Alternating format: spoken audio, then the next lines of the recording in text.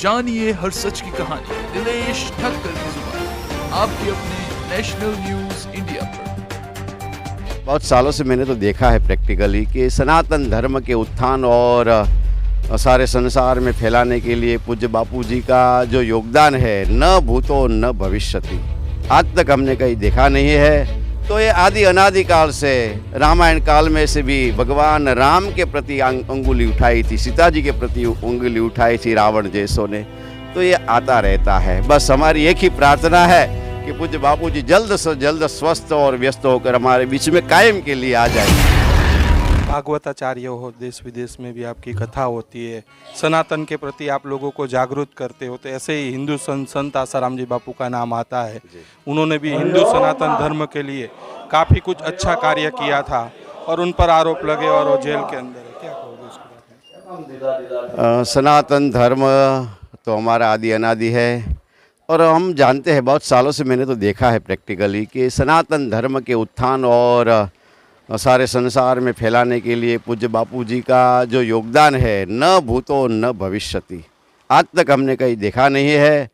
और हम तो बहुत हृदय से प्रार्थना भी प्रभु से करते हैं और सरकार से भी विनती करते हैं, कायदा जगत के जो भी लगता है कि ऐसा कुछ करो। बापू जी की उम्र भी है और हमारे सनातन धर्म के हम जो जुड़े हुए हैं, हमारी आस्था के विषय है। जब आस्था का विषय होता है तब भी कुछ आपको सुनना पड़ता है।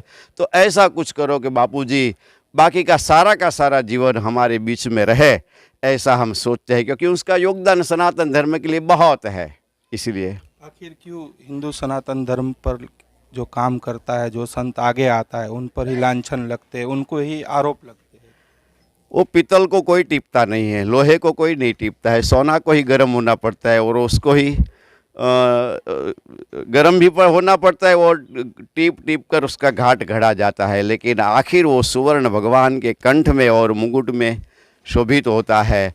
तो जितने भी कष्ट, यदि मानो ये सांसारिक कष्ट है, और सदगुरु भगवान बापूजी जैसे सांसारिक कष्ट को कष्ट नहीं मानते हैं, उसकी भूमिका अलग होती है, फिर भी कष्ट वो कष्ट होता है। इसमें से ही एक अच्छा कोई अर्क और तर्क मिलता है। तो ये आदि अनादि काल से, रामायण काल में से भी भगवान राम के प्रति अंगुली उठाई थी, सीता जी के प्रति उंगली उठाई थी रावण जैसों ने।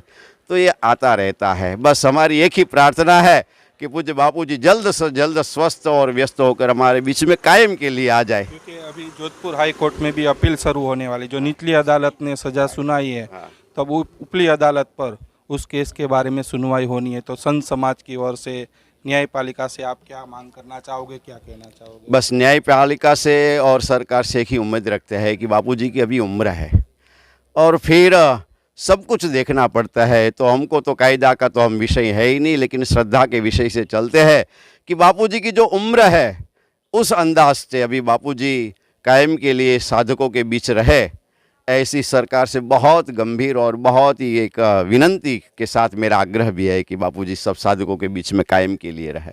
जानिए हर सच की कहानी दिनेश ठक्कर की जुबान आपके अपने नेशनल न्यूज इंडिया पर।